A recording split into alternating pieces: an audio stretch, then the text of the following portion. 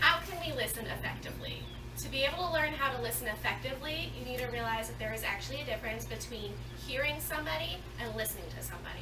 Hearing is a passive process. You have no choice but to hear what is going on around you. To be able to listen, it is an active process. You actually have to choose to listen to somebody. So to listen more effectively, you can use Judy Brownwell's Hurrier model. So when you're listening to somebody, you of course have to hear them. So you hear them. You have to make sure you understand what they're saying. You have to remember what they say. You have to interpret, so kind of figure out what they're trying to say. Evaluate it, get like a response ready, and then respond. Actually give them that feedback, whether or not it's verbal, nonverbal, nodding along. So have you ever felt like somebody wasn't paying attention to you when you were talking to them? So how many times for you guys, especially for me, I've been talking to someone, they're like, yeah, hey, remember when this happened? And well, anyway, but now this has happened. And you're like, what? Oh, you never told me that.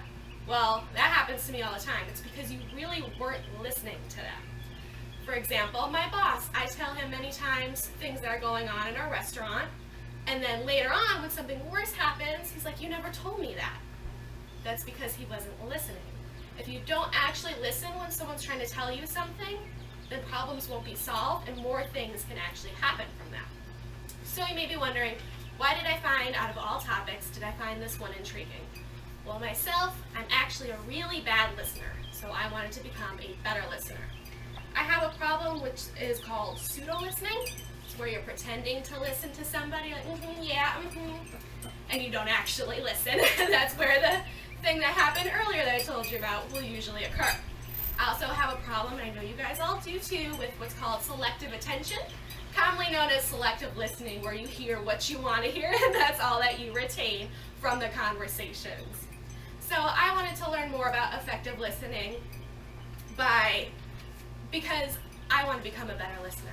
Being a better listener opens up the communication, which is key for any relationship with your spouse, your friends, your families, your teachers.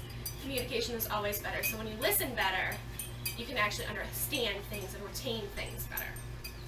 So what did I learn from this? One of the main things I learned from this is you can become a much better student. You can become a much better student by using what's called the drive method. So when you listen to somebody, you have to decide that you want to listen to them first. You have to read all the stimuli, so pay attention to everything that's going around you. Usually somebody's body language or their eyes will tell you more than their words actually will. You have to make sure you can invest your spare time in actually listening to the person.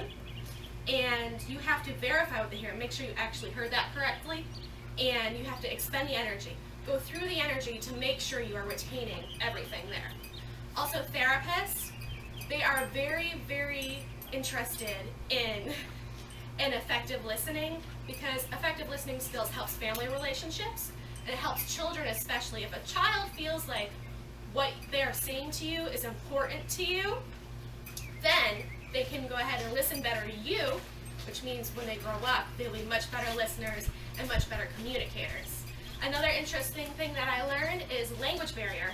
Here in Florida, we have such a big culture difference. So for example, if someone is speaking Spanish to me and I don't speak Spanish, you actually cannot listen to that person. It is impossible to actually listen to that person. You won't even be able to repeat the kind of words that they were trying to say so someone else can interpret them for you.